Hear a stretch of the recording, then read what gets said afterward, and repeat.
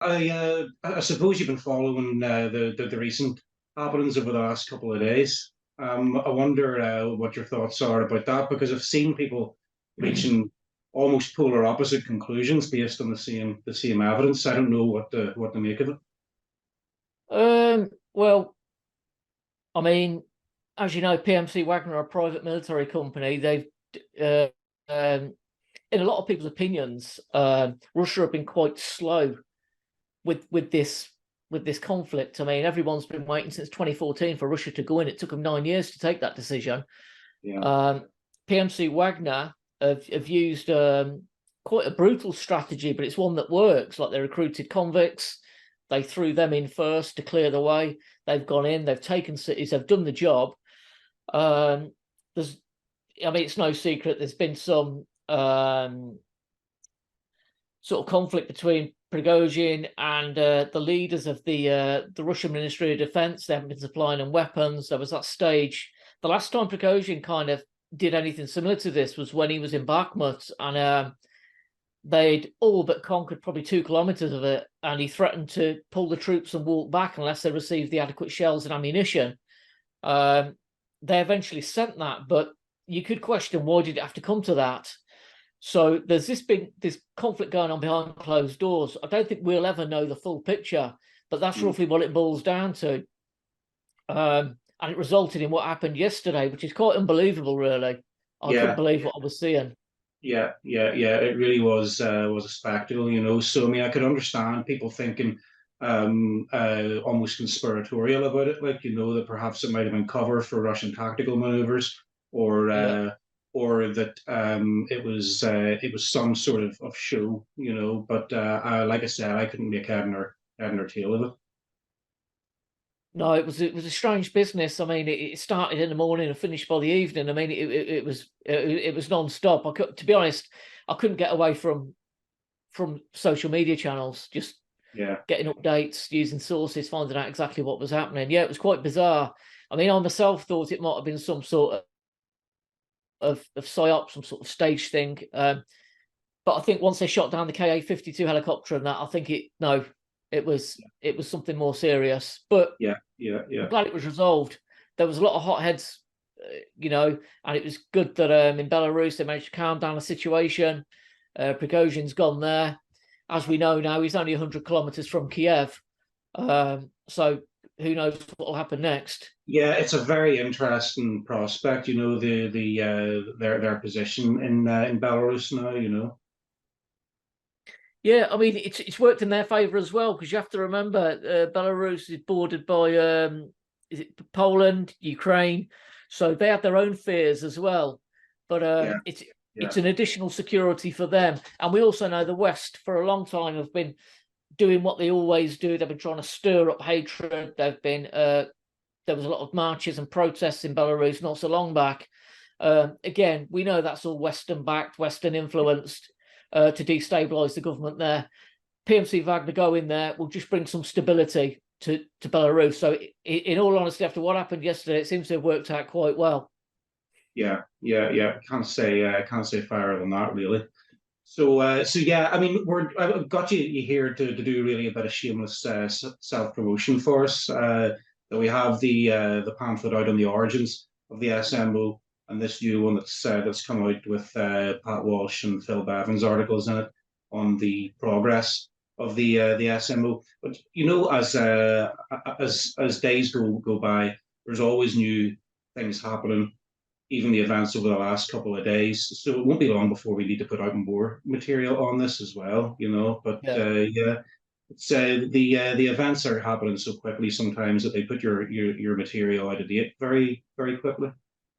Yeah, I mean, I can imagine this is a booklet that's going to need updating every kind of 4 or 5 months, maybe. Yeah. I mean that's our plan. Possibly even quicker than that, and then hopefully we'll get to a point where we can look back on this and we'll put them out as a set, you know, or as a collection. Is the notion. But yeah, so for obviously I'm recording this, and we'll put this out as sound bites and clips throughout our channels. But for the benefit of those out there who perhaps don't know you or your experience, can you give us a bit of a self introduction? Yeah, so I'm a photographer. About 14 years ago, I started going to Ukraine. At that same time, I was at college doing a photography course. I then went on to university to do a degree in photography. And all throughout that time, my projects at uni and college were based around Ukraine. Now, this was before the conflict. So I went there and I was kind of fascinated, really, how when I went to Ukraine, there was always marches on a Saturday from the far right. You'd have police directing traffic in short sleeve shirts, and they'd got swastikas on their arm. It was quite bizarre, really. It was stuff I haven't seen since probably the late 70s, early 80s, when you kind of had the skinheads and that kind of thing in the UK. So I was kind of fascinated by this. There was some slight kind of anti-Russian stuff there, but it wasn't nothing serious. I mean, you have to remember Russian is Ukraine's national language. So Russians and Ukrainians were living peacefully side by side. You'd still got the Lenin monuments. You'd see the odd bit of graffiti, but nothing major. Then in 2014, when the Maidan happened, I kind of started documenting that. You could easily see the American influence that was there, throwing money in, throwing propaganda, trying to destabilize the government, which they achieved to do.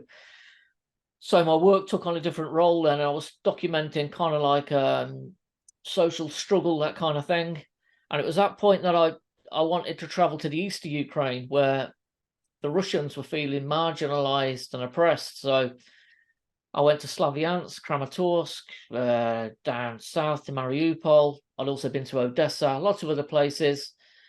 Spoke to people there, and it was quite strange because whenever I kind of went to Ukraine in the east, people would say to me on the street, especially teenagers, they'd say, "Oh yeah, do you want to come and do a talk in our school, and just let us know why you're in the area?" So when I went there in Slavyansk, it was 2018. I spoke to kids there about my work, and they said, "You need to go to the other side," referring to Donbas. Mm. But the problem there is you can't just flip between two sides. If you go to one side, you can't really go to the other. Like once you go to Donbass, that's it. You can't return to Ukraine. So I had to take that into account. But yeah, in 2019, I took the leap and ended up going to Donbass to see what was happening there. And that's what was a real eye-opener for me, because I was seeing how those people who were classed as pro-Russian were being shelled out their homes. And we're talking about pensioners and this kind of thing. And it kind of opened it up for me. How they were telling me they just want to preserve their culture. They do definitely see themselves as Russian, their heritage, but they were Ukrainian. Mm. And yeah, so I witnessed that and started producing work from there.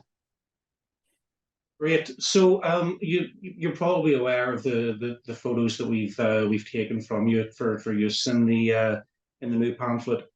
How Yeah. did you come to be there in that situation?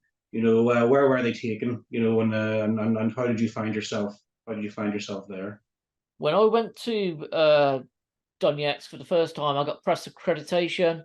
Now, there's two forms of press accreditation you get. You get the press accreditation, and then you have to get military accreditation as well. They're two different things. I had a contact there, a Polish photographer, David Huviec. He's a great guy. He's still out there now. And he took me to my first frontline position in a place called Yasnavata, which is getting absolutely hammered every day.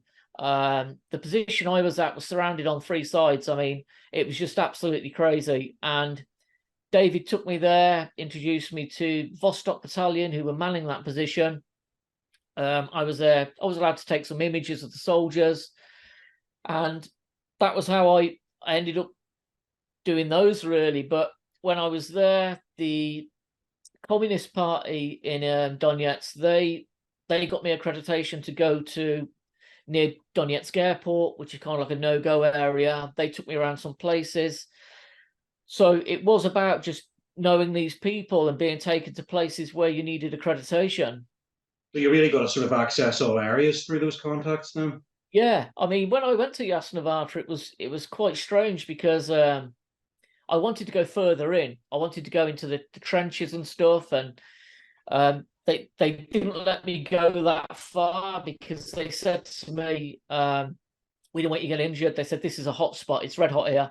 It's shelling all the time. But they said, we know how it'll look if you get injured, because they've said, and it's quite bizarre, because when I came back from there, I had all this work and the British media weren't interested in it. But like they said, if you got injured here, you'd be all over the pages. He went to a Russian position. Look what they'd done to him. It would be this kind of thing. So they were fairly wise about how Western media worked and how they were viewing people like myself going out there. Right. They were very well aware of the optics of how that would be presented. Yeah. They were, yeah. Very interesting. Very interesting. So in your whole time out there in the Ukraine on either side, did you ever experience any trouble? I came close. My last time, I went to Mariupol in 2018 on Victory Day. Now, I don't know how familiar you are with what happened in Mariupol, but on a Victory Day a few years beforehand, the Ukrainian army turned on their own police station. They shot it up. They shot loads of police officers, everything. So every Victory Day, people go there, and it's kind of like a shrine. It's been left as it is. I don't know the situation now after the SMO, but it was kind of left as it was. And when I went there, I was just walking down with my rucksack and I had a GoPro on me, and they stopped me and questioned me, and they held me for a while. And I said, am I being held for anything? They goes, no. And I says, well, can I walk off? And they said, no, you need to stay. And I was like, well, I'm being held then, aren't I? So they held me for a while and they kind of checked me out and then let me go. But they followed me everywhere around the city. The Ukrainian police did, until I kind of had to leave Mariupol, really. But shortly after that, it got to a stage where when the police stop you on the street, they check your phone now. They'll get you to put your PIN code in, and they will check your social media channels and everything. Right. If they'd done that to me, I'd have been in big trouble. In fact, I'd probably not be sitting here now. So that was kind of like, I thought, do you know what? I think my number's up in Ukraine. It won't be long before I'm probably getting a tug. So I didn't return after that. And then that was in May when the following year, for Victory Day, I went to Donetsk. So you must have made, during your time there, you must have made friends, acquaintances. Are you still in contact with people there? Oh yeah, for sure. I mean, there's like I said, David, the Polish photographer, he's still there. There's Crystal Nian, a brilliant lady. She's French. She's been there since 2014. So there's lots of Western contacts there. Lots of just locals that I met, really. Yeah. Lots of people in Russia as well. I mean, when I went initially, I traveled through Rostov-on-Don, so I've got lots of friends in Rostov as well. Great. So thinking about, I don't know whether you've had the time to read either of those articles. Did you have a look at them? I had a brief look through both of them. Yeah. That's no problem. I'm not test you on the details really, but the questions are quite general. I mean, in your opinion, we've asked this of a few people now. What is the most desirable outcome of the SMO, do you think?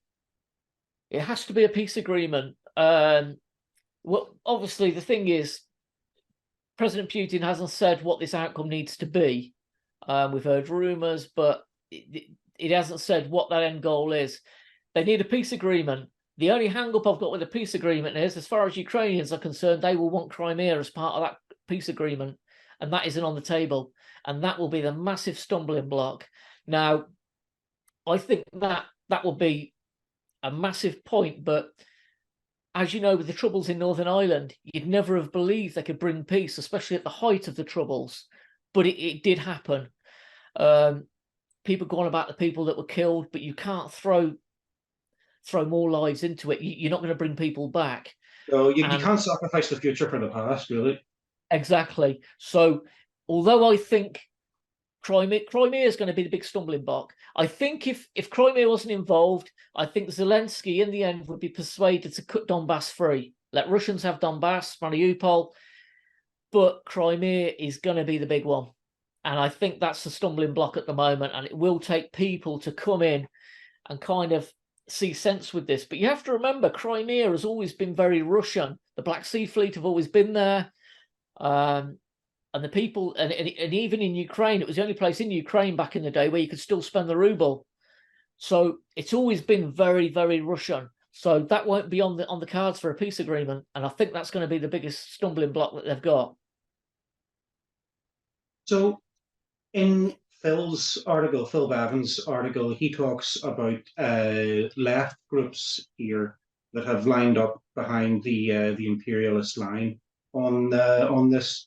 What do you think is the best way of dealing with those who see themselves as on the left, but in fact are playing into the imperialist narrative? Do you know what? I can't believe they've been kind of suckered into this, because I remember, I'm surprised that even Sinn Féin Oh yeah, yeah, supporting it as well. I mean, I always thought there were certain people that would see this for what it is. It's American backed. It's capitalist. It's imperialist. It's everything, and they're throwing Ukrainian lives away. Do you know?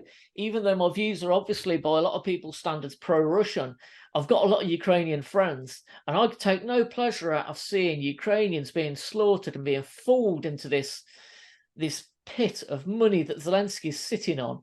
I can't believe the West, whilst we all the working class struggle here, we can't pay our bills, our food, support our children, and there's just a bottomless pit of money for Ukraine. And how certain left people and organisations have got behind this, it's absolutely beyond me. I'm still shocked.